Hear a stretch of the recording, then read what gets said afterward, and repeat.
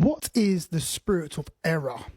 See, the spirit of error is a spirit that twists scriptures into a teaching that kind of sounds right. And what it does, it sends all believers or a lot of believers into confusion. See, in the book of John, it speaks about, I think it's First John, it speaks about how we're supposed to test the spirit to see if it be of God. Now, when we kind of read that verse, I don't know what really goes on in your mind, but do you know how to test the spirit to see if it be of God? Do you know? See, the Apostle Paul was preaching the gospel, and it speaks about how there was Berean Jews. I think it's in the book of Ephesians 19:11, around there somewhere. It says that how the Jews of Berea were more noble than the Jews that was of Thessalonica, for they searched the scriptures daily to see if what the things Paul preached about was so.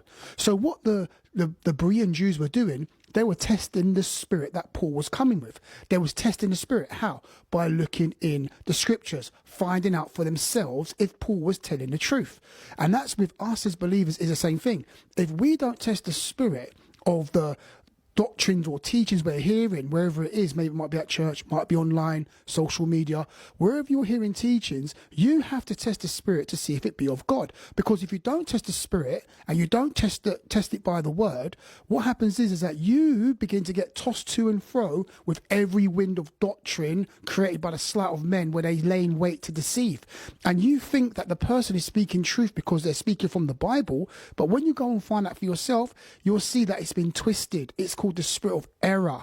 And we can't be lazy believers. We have to be believers who do our due diligence, because if you don't do your due diligence, you're going to be in a place of confusion, and you're going to repeat the error that you've listened to. So we have to be Berean Jews. We have to we have to test the spirit to see if it be of God. Don't just take it on board just because a person says they're a prophet. I'm a prophet.